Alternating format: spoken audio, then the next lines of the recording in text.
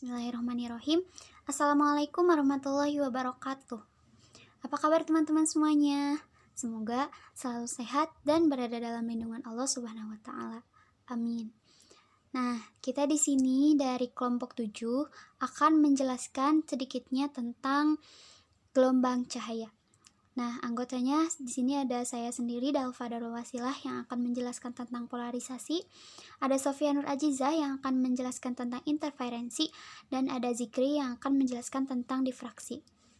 Nah, kita langsung masuk saja ke materi yang pertama, yaitu materi tentang polarisasi cahaya. Nah, apa itu polarisasi cahaya? Polarisasi cahaya adalah pengkutuban atau pembatasan arah getar gelombang yang mulanya memiliki banyak arah getar menjadi satu arah getar saja. Ini berlaku hanya untuk gelombang transversal atau gelombang yang arah getarnya tegak lurus dengan arah rambatnya. Di sini saya punya contoh gelombang transversal. Ini arah rambatnya lurus dan arah getarnya ke atas. Ini tegak lurus ya, gelombang transversal. Nah, misalnya apa? Misalnya cahaya menuju ke mata kita. Kemana arah getarnya? Arah getarnya itu tegak lurus dengan arah rambatnya. Arah getarnya menuju kita dan arah rambatnya tegak lurus. Ini juga tegak lurus, ini juga tegak lurus. Nah, dan masih banyak lagi yang bisa kita buat yang tegak lurus. Ini kita sebut sebagai cahaya yang tidak terpolarisasi karena masih banyak memiliki arah getar. Nah, polarisasi cahaya itu memiliki beberapa bagian. Yang pertama, polarisasi karena penyerapan atau absorpsi selektif. Jadi, suatu cahaya tak terpolarisasi datang pada lembar polaroid pertama disebut dengan polarisator, dengan sumbu polarisasi ditunjukkan oleh garis-garis pada polarisator. Kemudian dilewatkan pada polaroid kedua yang disebut dengan analisator. Untuk lebih jelasnya, kita lihat gambar berikut. Nah, di sini saya punya cahaya yang tidak terpolarisasi, yang belum terpolarisasi. Intensitas cahayanya kita sebut sebagai I0. Nah, di sini saya juga punya polarisator yang berfungsi untuk membatasi arah getar gelombang. Di sini polarisatornya itu polarisator vertikal. Intensitas cahaya yang telah melewati polarisator kita sebut sebagai I. Nah, di sini setelah ke polarisator, gelombang cahaya ini masuk ke dalam analisator. Nah, setelah gelombang cahaya yang keluar dari analisator, kita sebut sebagai I aksen. Nah, berapa nilai I? Nilai I itu akan sama dengan setengah I0. Ini pasti, nilai I di sini setelah melewati polarisator itu pasti sama dengan setengah I0. Nah, berapakah nilai I aksen? Nilai I aksen ini bergantung kepada sudut yang dibentuk antara polarisator dengan analisator atau polarisator kedua. Nah, I aksen ini adalah I dikalikan cos kuadrat theta. Jika kita masukkan I-nya, jadi I aksen ini sama dengan setengah I0 dikalikan cos kuadrat theta. Nah, ini juga disebut dengan hukum Malus tahun 1809. Kita masuk ke syarat-syaratnya. Yang pertama, intensitas cahaya yang diteruskan maksimum jika kedua sumbu polarisasi sejajar. Theta sama dengan 0 atau theta sama dengan 180 derajat. Jadi, setelah melewati polarisator pertama dan setelah melewati analisator, itu jumlah intensitas cahayanya akan sama. Karena apa? Karena dua-duanya polarisatornya itu vertikal. Yang 0 derajat itu pasti vertikal dan yang 180 derajat juga akan vertikal. Jadi intensitas cahaya yang keluarnya itu bakal sama setelah polarisator dan setelah analisator. Yang kedua yaitu intensitas cahaya yang diteruskan akan sama dengan 0 atau diserap seluruhnya jika kedua sumbu polarisasi tegak lurus satu sama lain. Nah, jadi jika polarisator kedua yang tadi, polarisator pertama itu tegak, contohnya 0 derajat, dan polarisator yang kedua atau analisator itu 90 derajat, pasti akan tegak lurus kan? Nah, jadi yang keluarnya intensitas cahaya yang keluar dari analisator itu akan sama dengan 0. Kenapa? Karena polarisator pertama itu hanya menyerap gelombang cahaya yang vertikal. Polarisator kedua itu menyerap gelombang cahaya yang horizontal. Nah, yang keluar dari polarisator pertama itu kan pastinya gelombang cahaya yang vertikal. Nah, jadi waktu melewati analisator, dia tidak akan terserap. Jadi intensitas cahaya setelah melewati analisatornya akan sama dengan 0. Nah, di sini yang kedua ada polarisasi karena refleksi atau pemantulan dan pembiasan. Nah, pemantulan akan menghasilkan cahaya yang terpolarisasi jika sinar pantul dan sinar biasnya membentuk sudut 90 derajat. Arah getar sinar pantul yang terpolarisasi akan sejajar dengan bidang pantul. Nah, kita langsung masuk ke gambar. Ini saya punya dua sumbu. Kita katakan sebagai medium udara, yang di bawah sebagai medium air. Nah, ini N1 dan ini N2. Di sini saya punya sinar datang. Sudutnya kita katakan sebagai I. Nah, sinar datang ini pasti akan memantul, yang kita sebut dengan sinar pantul. Sudutnya kita katakan sebagai theta. Selain sinar datang ini memantul, sinar ini juga bisa membias. Nah, ke sini yang warna hijau kita sebut sebagai sinar bias. Sudutnya kita sebut sebagai R. Di sini sudut I dan sudut theta itu sama, jadi kita dapatkan I sama dengan theta. Nah, di sini sinar bias harus tegak lurus dengan sinar pantul. Syaratnya itu sinar bias harus tegak lurus dengan sinar pantul. Artinya membentuk sudut 90 derajat ya.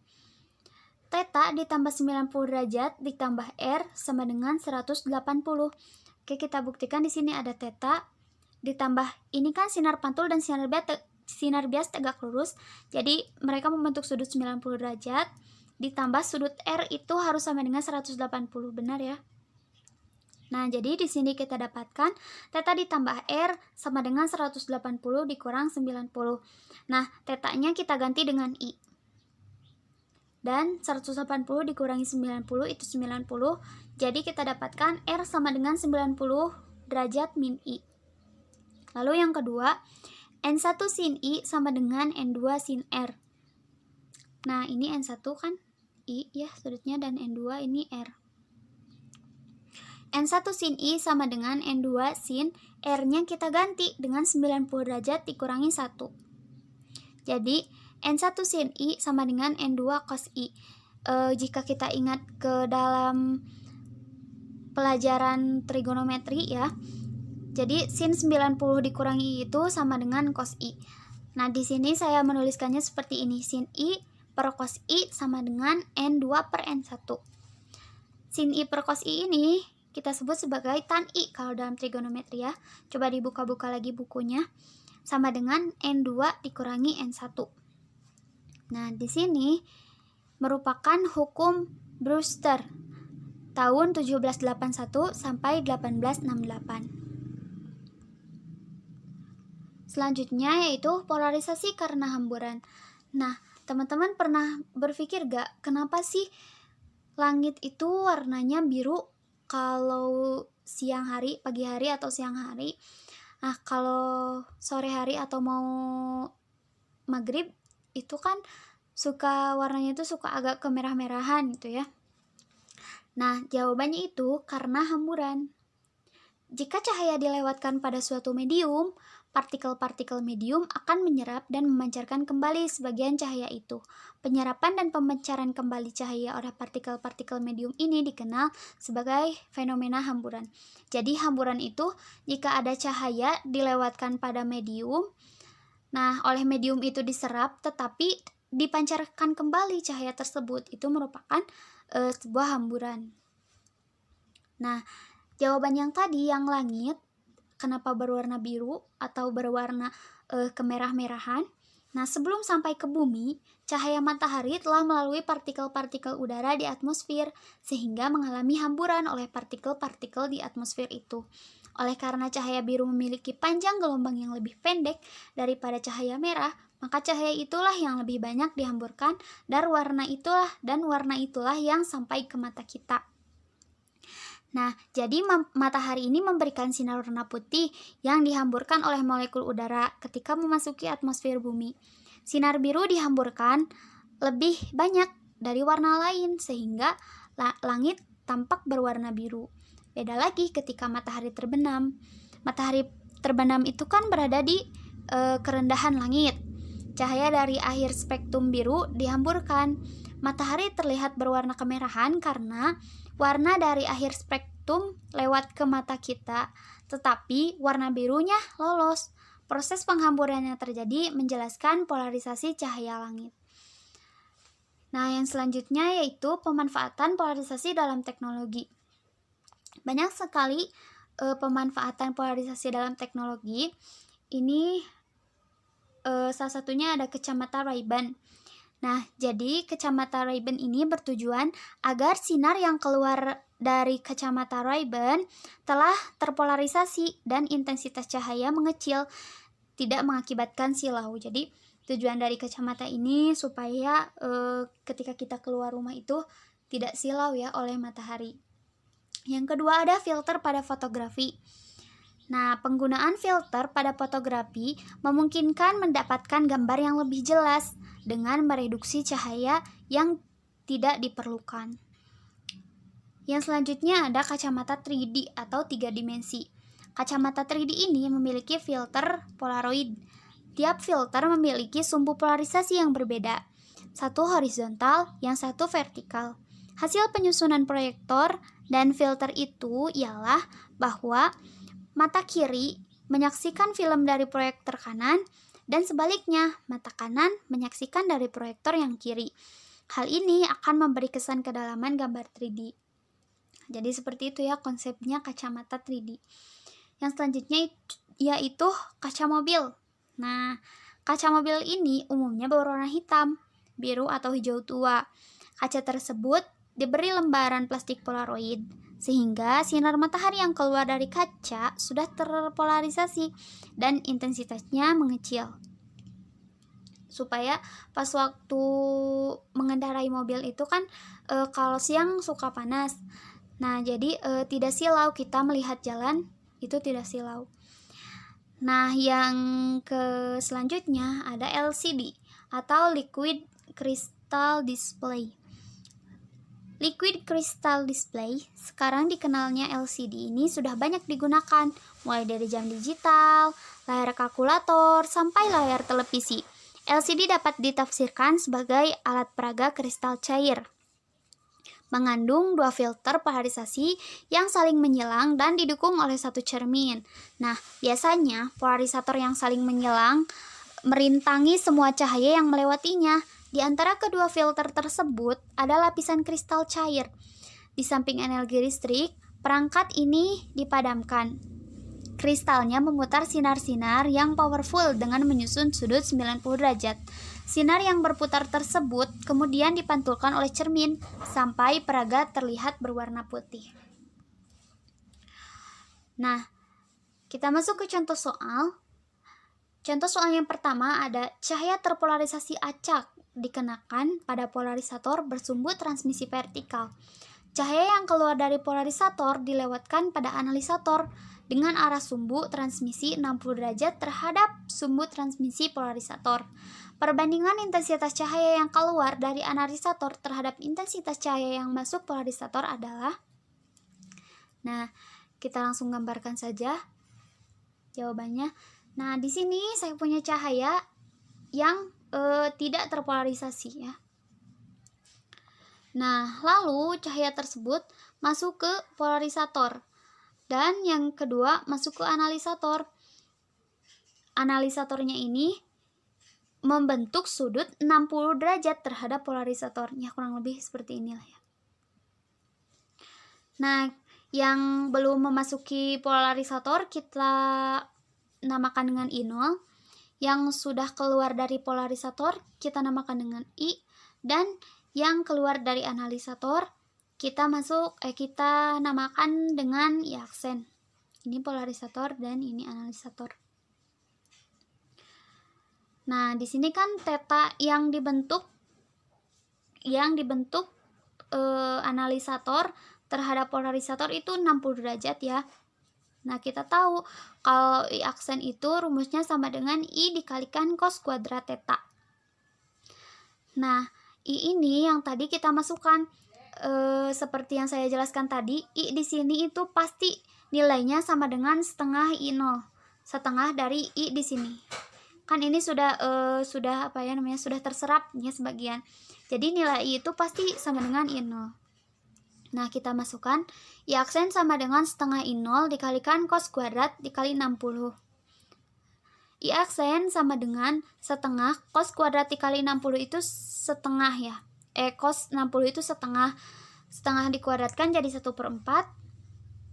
Jadi I aksen sama dengan 1/8 I0.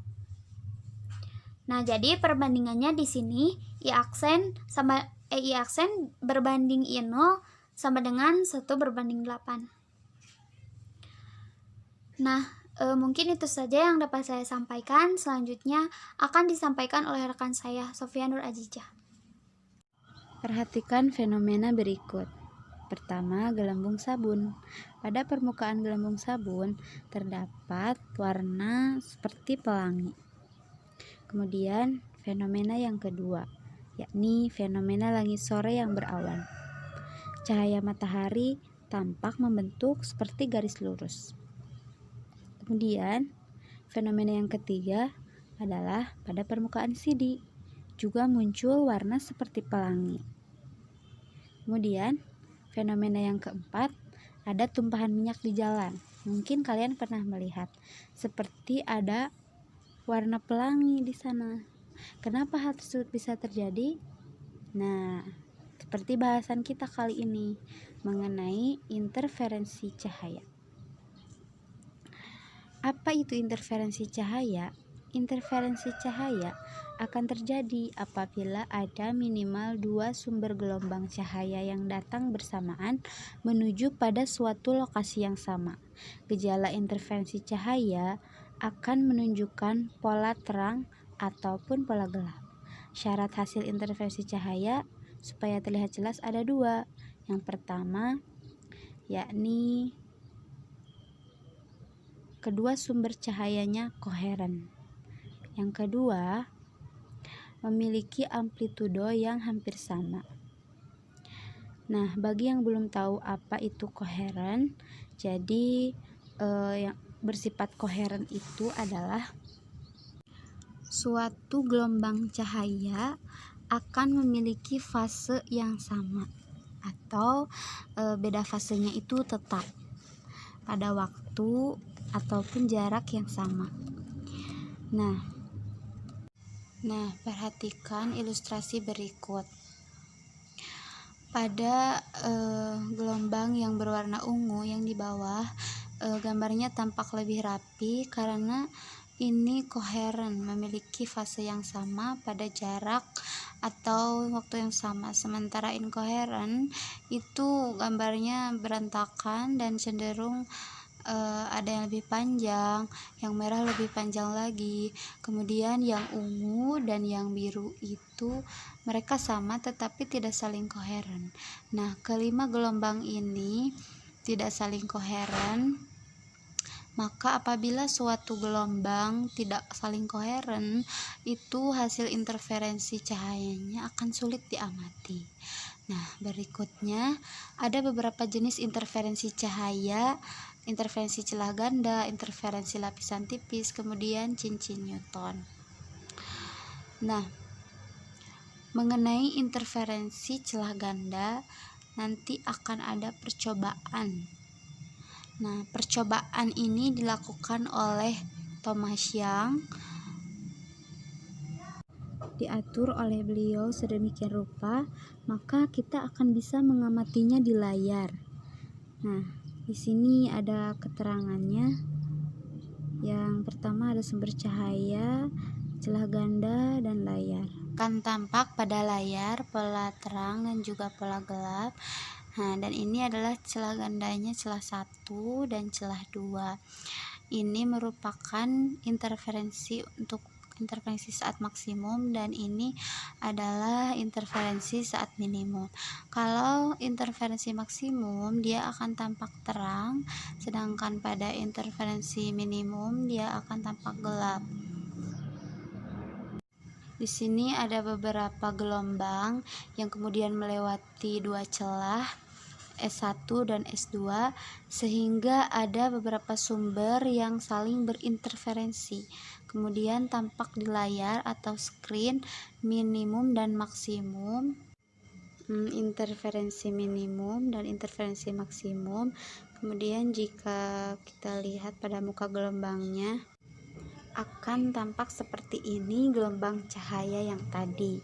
Kemudian yang terakhir gambar C, ini merupakan penampakan di layar pola terang gelap seperti ini. Kemudian yang lebih jelasnya pada gambar berikut. Ketika warnanya merah, maka akan tampak merah hitam. Ini yang terangnya dan ini yang gelapnya. Kemudian yang hijau, yang biru, yang putih merupakan perpaduan warna pelangi, karena putih itu cahaya polikromatik, jadi terdiri dari beberapa warna. Nah, berbeda dengan merah, hijau, dan biru merupakan cahaya monokromatik, hanya terdiri dari satu warna saja. Kemudian untuk jarak terang pusat itu sendiri adalah 1 lambda. Nah, yang berikut merupakan skema percobaan yang penjabaran untuk kita supaya bisa menentukan jaraknya di layar. Nah, di sini ada keterangannya. L adalah jarak celah ke layar. Nah, kemudian P adalah posisi terang ke N atau gelap ke N. Nah, tadi kan banyak ya di layar ada warna gelap. Nah, untuk memudahkan kita, maka akan dinamai terang ke 1, 2, 3, dan seterusnya. Kemudian ada lebar celah S1, S2 disimbolkan dengan D. Y ini merupakan jarak dari terang pusat ke gelap ke N atau terang ke N. Terang pusat, gelap ke 1, terang ke 1, dan seterusnya. Y ini adalah jarak dari terang pusat ke pola yang akan kita cari.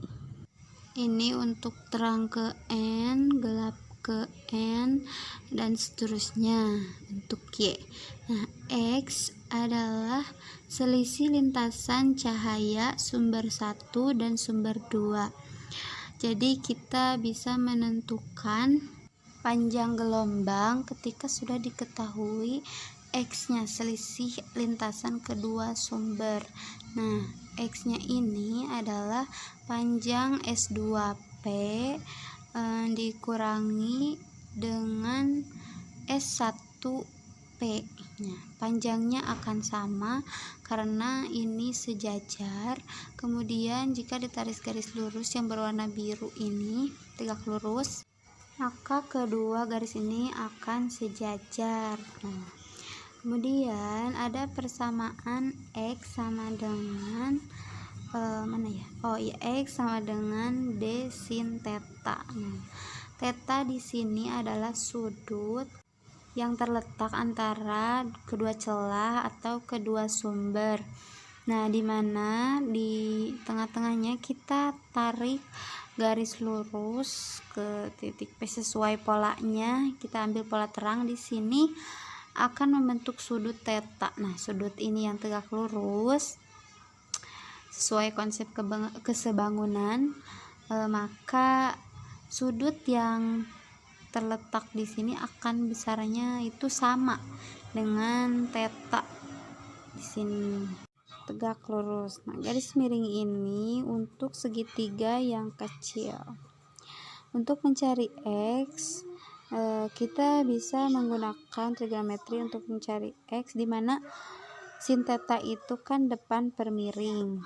Jadi X per D. Apabila kita cari X, maka D sin theta, ya, D sin theta di sini. Ya, ini. Oke. Jika sudutnya sangat kecil, maka kita bisa menentukan nilai sin theta ini sama dengan tidak harus sama, tapi hampir sama dengan tangen theta. Karena jika dalam segitiga itu tan theta itu depan per samping, sementara sin theta itu adalah depan per miring. Nah, untuk sudut yang sangat kecil itu nilainya hampir sama, sehingga untuk X sama dengan D sin theta ini bisa sama dengan sin theta mendekati tan theta, atau hampir sama ya. Maka kita bisa anggap sin theta sebagai tan theta, berarti depan per samping atau sama dengan Y per L. Maka di sini X akan bernilai DY per L. Sekarang mengenai interferensi maksimum. Nah, interferensi maksimum akan menghasilkan garis terang pada layar. Nah, sehingga persamaannya D sin theta sama dengan M lambda, dengan M adalah bilangan orde. Nah, syaratnya akan terjadi jika X atau selisih lintasan pada kedua sumber memiliki nilai 0, lambda, 2 lambda, atau 3 lambda, kelipatan lambda. Nah, misalnya kita akan mencari terang 1, berarti M-nya 1, terang 10 berarti M-nya 10. Nah, persamaan DY per L sama dengan M lambda, di mana Y-nya adalah jarak dari terang pusat, L-nya jarak celah ke layar, sementara D adalah jarak antara dua celah. Kemudian interferensi minimum akan menghasilkan garis gelap pada layar. Terjadi jika X bernilai ganjil, setengah lambda, 3/2 lambda, 5/2 lambda, dan seterusnya. Sehingga berdasarkan persamaan D sin theta sama dengan 2M dikurangi 1 dikali setengah lambda, atau sama dengan DY per L sama dengan 2M kurangi 1 dikali setengah lambda, dengan M adalah bilangan orde. Nah, misalnya kita akan mencari M-nya sama dengan 2. Berarti D sin theta sama dengan 2 dikali 2, 4 dikurangi 1, 3 dikali setengah lambda, berarti 3/2 lambda. Nah, seperti itu. Selanjutnya, interferensi pada lapisan tipis. Skema berikut merupakan gambar jalannya cahaya pada permukaan tipis gelembung sabun. Ada sinar datang A yang sebagian dipantulkan ke udara bagian D, dan kemudian sinar datang tersebut dibiaskan di B, kemudian dipantulkan sebagian di C sampai keluar. Jadi interferensinya itu antara dua berkas cahaya hasil pantulan dari A menuju D, pantulan secara langsung, dan dari hasil pantulan B menuju C yang diakibatkan oleh pembiasan. Nah, itu merupakan interferensinya yang terjadi.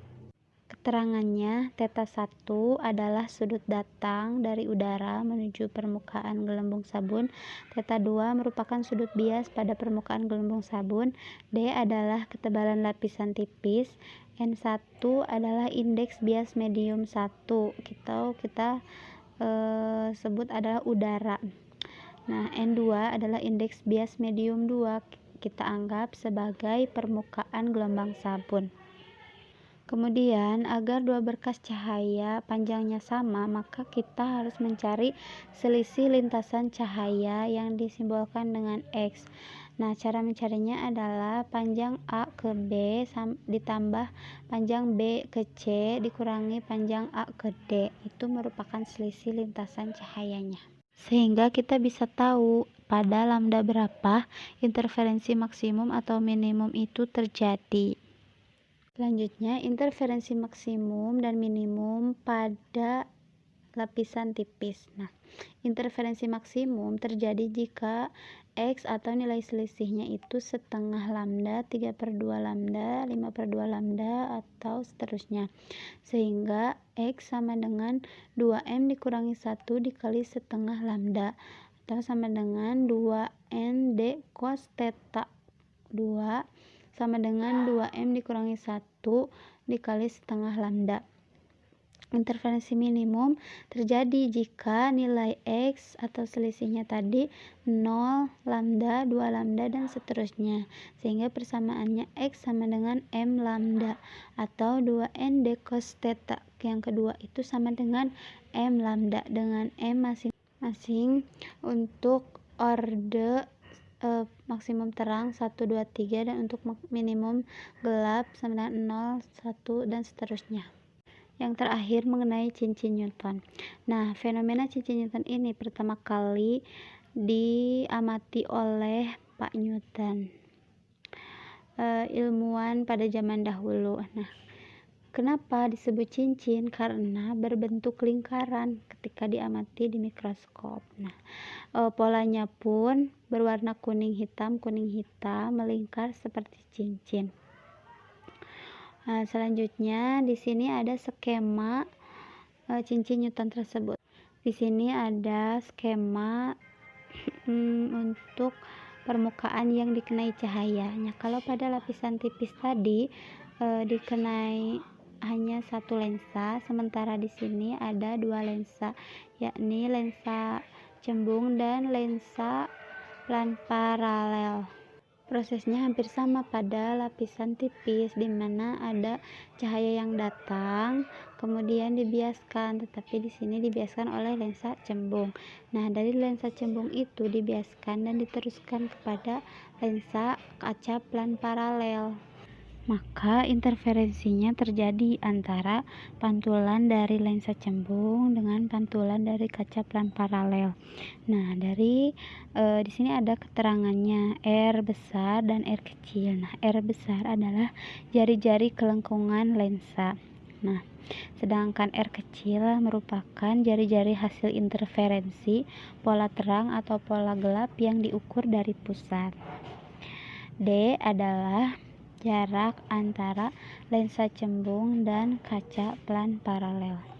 Selanjutnya, interferensi maksimum terang pada cincin Newton.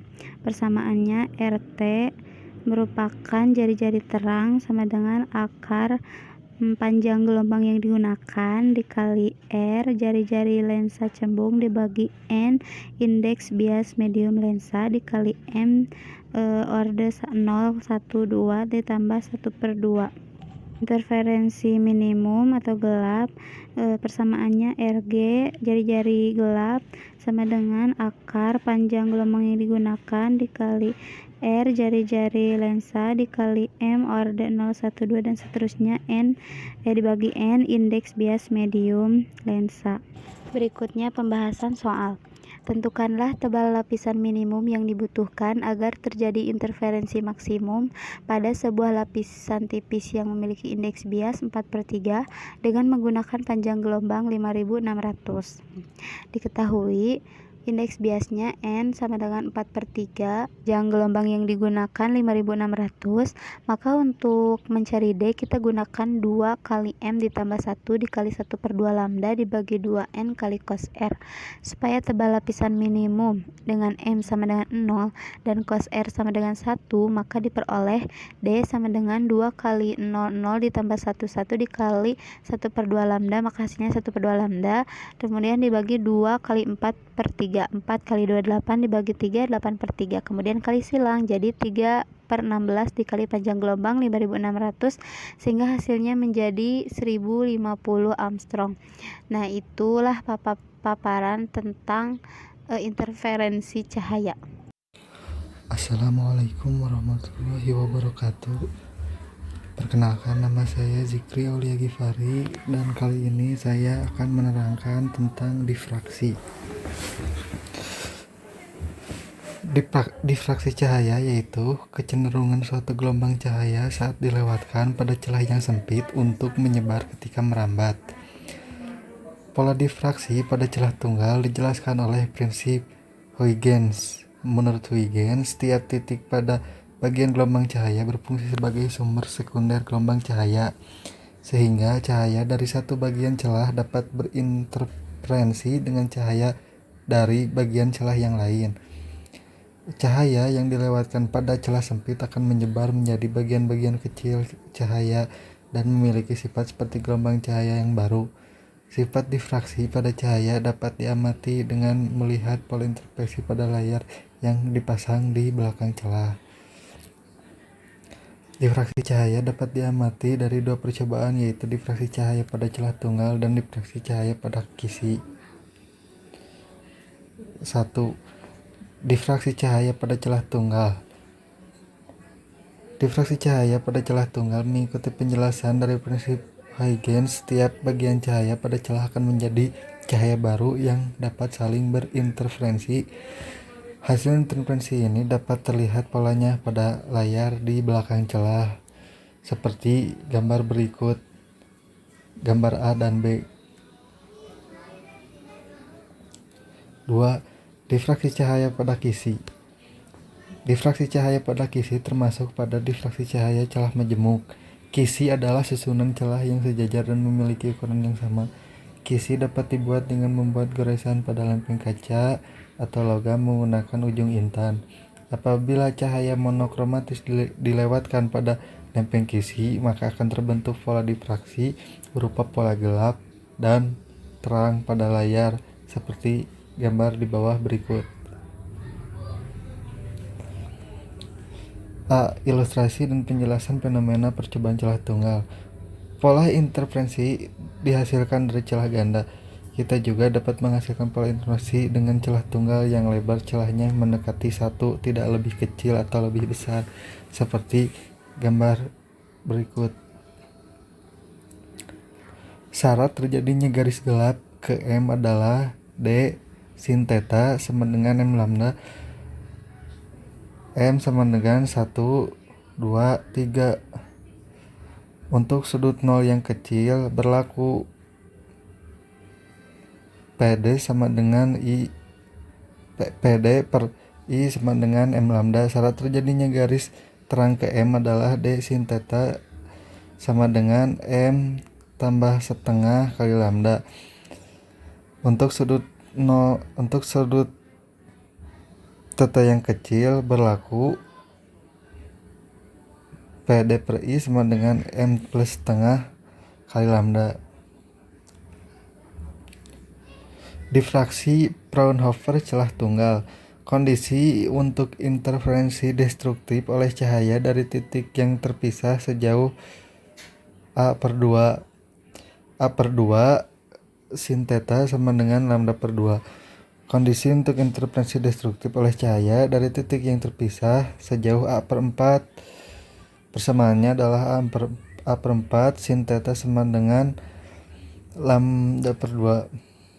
Kondisi untuk interferensi destruktif oleh cahaya dari titik yang terpisah sejauh A per 2M, atau M sama dengan non-zero integer. A sama dengan 2 per M sin theta sama dengan lambda per 2, sehingga kondisi umum untuk interferensi destruktif yaitu sin theta sama dengan M kali lambda per A. B. Ilustrasi dan penjelasan fenomena percobaan kisi difraksi. Kisi difraksi atau diffraction grating. Satu kisi difraksi terdiri dari sejumlah besar celah sejajar yang serba sama. Kisi dapat dibuat dengan membuat goresan-goresan halus pada sekeping kaca. Kisi transmisi atau transmission grating. Satu kisi dengan celah yang memungkinkan cahaya dapat melewatinya. Kedua, kisi refleksi atau reflection grating. Satu kisi dengan celah yang memantulkan cahaya. Kisi umumnya mempunyai goresan mencapai 5.000 goresan per cm, sehingga jarak antara celah sangat kecil, yaitu sekitar D sama dengan 1 per 5.000 sama dengan 20.000 A. Pola distribusi cahaya oleh kisi. Jika satu kisi transmisi disinari dari belakang, tiap celah bertindak sebagai suatu sumber cahaya koheren. Pola cahaya yang diamati pada layar dihasilkan dari kombinasi efek interferensi dan difraksi. Tiap celah menghasilkan difraksi dan berkas difraksi ini berinterferensi dengan yang lain. Untuk menghasilkan pola akhir, kita telah melihat pola dari efek kombinasi ini untuk kasus dua celah seperti gambar berikut. Di sini ada diffraction envelope dan interference springs. Perhatikan bagaimana pola difraksi bertindak sebagai suatu envelope dan mengontrol intensitas interferensi maksimum secara teratur. Pengaruh memperbesar jumlah celah. Diagram menunjukkan pola interferensi yang dibungkus oleh pita interferensi pusat setiap kasus. Jarak celah sama untuk 5 kasus tersebut. Hal yang paling penting adalah posisi angular dan dari maksimum utama primari maksima untuk N yang berbeda adalah sama. Jumlah maksimum sekunder antara dua maksimum primer meningkat dengan N dan sama dengan N2. Intensitas maksimum sekunder melemah dibandingkan maksimum primer, dan yang terakhir adalah lebar maksimum primer berkurang dengan naiknya N. Seperti gambar di bawah berikut. Kondisi untuk maksimum primer dari kisi. Kondisi interferensi konstruksi kisi merupakan beda jalan antara sinar dari pengatur celah besarnya sama dengan satu panjang gelombang lambda dari beberapa integral perkalian lambda. Persamaannya adalah D sin theta sama dengan M kali lambda. Maksimum pada theta sama dengan 0 atau M sama dengan 0 disebut maksimum order 0 atau zero order maksimum. Maksimum pada jarak sudut theta dengan D sin theta sama dengan lambda atau M sama dengan 1 disebut maksimum order pertama. Maksimum order ke M adalah jarak sudut theta M dengan D sin theta sama dengan M lambda. Kondisi minimum untuk kisi. Kisi difraksi yang mempunyai N celah terdapat N2 maksimum kedua dan N1 minimum antara dua maksimum yang diatur. Kondisi minimum diperoleh ketika jumlah pasal gelombang cahaya dari N celah sama dengan 0 dengan persamaan D sin theta sama dengan M lambda tambah N lambda per N. C. Ilustrasi dan penjelasan daya urai. Daya urai optik. Jika kita memiliki dua benda titik yang terpisah pada jarak tertentu, bayangan kedua benda bukanlah dua titik tetapi dua pola difraksi. Jika jarak pisah kedua benda titik terlalu dekat, maka pola difraksi kedua benda saling menindih. Kriteria Rayleigh yang ditemukan Lord Rayleigh menyatakan bahwa dua benda titik yang dapat dibedakan oleh alat optik. Jika pusat pola difraksi benda titik pertama berimpit dengan pita gelap minimum ke satu pola difraksi benda kedua. Ukuran sudut pemisah agar dua benda titik masih dapat dipisahkan secara tepat berdasarkan kriteria Rayleigh disebut sudut resolusi minimum atau theta M. Seperti gambar di bawah berikut yang menjelaskan sumber cahaya, celah bulat, dan pola difraksi. Keterangannya yaitu D sama dengan diameter bukaan alat optik, I sama dengan jarak celah ke layar, dm sama dengan jari-jari lingkaran terang, theta sama dengan sudut resolusi. Pola difraksi dapat diperoleh dengan menggunakan sudut theta yang menunjukkan ukuran sudut dari setiap cincin yang dihasilkan dengan persamaan sin theta sama dengan 1,22 A per D, lambda per D. Dengan lambda merupakan panjang gelombang cahaya yang digunakan. Untuk sudut-sudut kecil, maka diperoleh theta sin theta sama dengan tan theta sama dengan dm per I dan sama dengan sudut tetanya, sehingga dapat ditulis theta sama dengan 1,22 lambda per D. Yang kedua dm per I sama dengan 1,22 lambda per D. Yang ketiga dm sama dengan 1,22 lambda kali I per D. Berikut adalah gambar difraksi terhadap perbesaran alat optik atau difraksi pada celah berlubang. Difraksi yang terjadi jika cahaya dilewatkan melalui lubang sempit berbentuk lingkaran seperti lubang pupil mata manusia. D sama dengan diameter pupil S1 dan S2 dua sumber cahaya seperti dua lampu sorot pada mobil. Pola difraksi yang dihasilkan berbentuk lingkaran pada layar retina mata. Pada retina mata ada dua bayangan yang berbentuk lingkaran S1 dan S2 seperti gambar berikut. Gambar daya urai suatu lensa mata atau daya urai alat optik. Pada malam hari, mobil kita akan menyalakan lampu saat sedang bergerak. Pada saat berpapasan dengan mobil lain yang arahnya berlawanan, juga menyalakan lampu, kita akan silau melihat mobil itu. Apa yang terjadi pada kita melihat dengan silau atau tidak jelas penglihatan? Terjadinya silau karena pada retina mata bayangan dari dua lampu mobil tidak bisa dipisahkan seperti gambar A. Beberapa kemungkinan difraksi cahaya alat optik retina mata. Gambar A, bayangan yang berimpit dari dua sumber cahaya atau dua benda. B, hampir dapat dipisahkan dari bayangan dari dua sumber cahaya atau dua benda. Sedangkan gambar C, bayangan dari dua sumber cahaya atau dua benda tepat dipisahkan. Daya urai lensa D adalah kemampuan alat optik untuk menghasilkan bayangan yang terpisah dari dua benda yang berdekatan. Kriteria Rayleigh berbunyi, dua benda titik tepat dapat dipisahkan jika pusat dari pola difraksi benda pertama berimpit dengan minimum pertama dari difraksi benda kedua. Berikut adalah beberapa persamaan yang didapat dari gambar daya urai.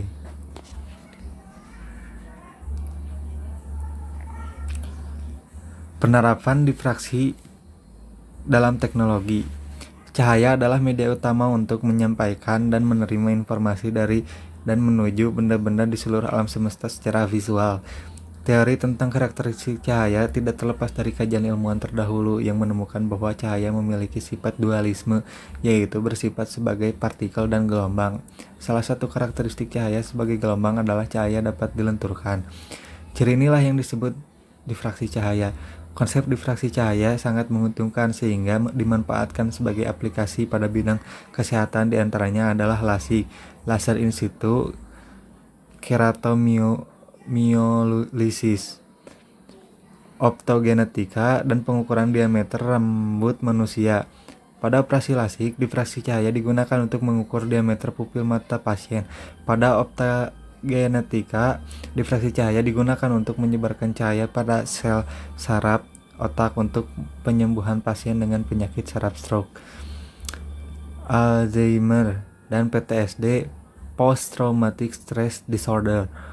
Pada pengukuran diameter rambut, difraksi cahaya digunakan untuk mengukur ketebalan rambut yang berguna sebagai sarana deteksi kerontokan rambut dan penyakit genetik manusia seperti kanker dan gejala kebotakan atau androgenik alopecia. Berikut adalah contoh soal dan pembahasannya.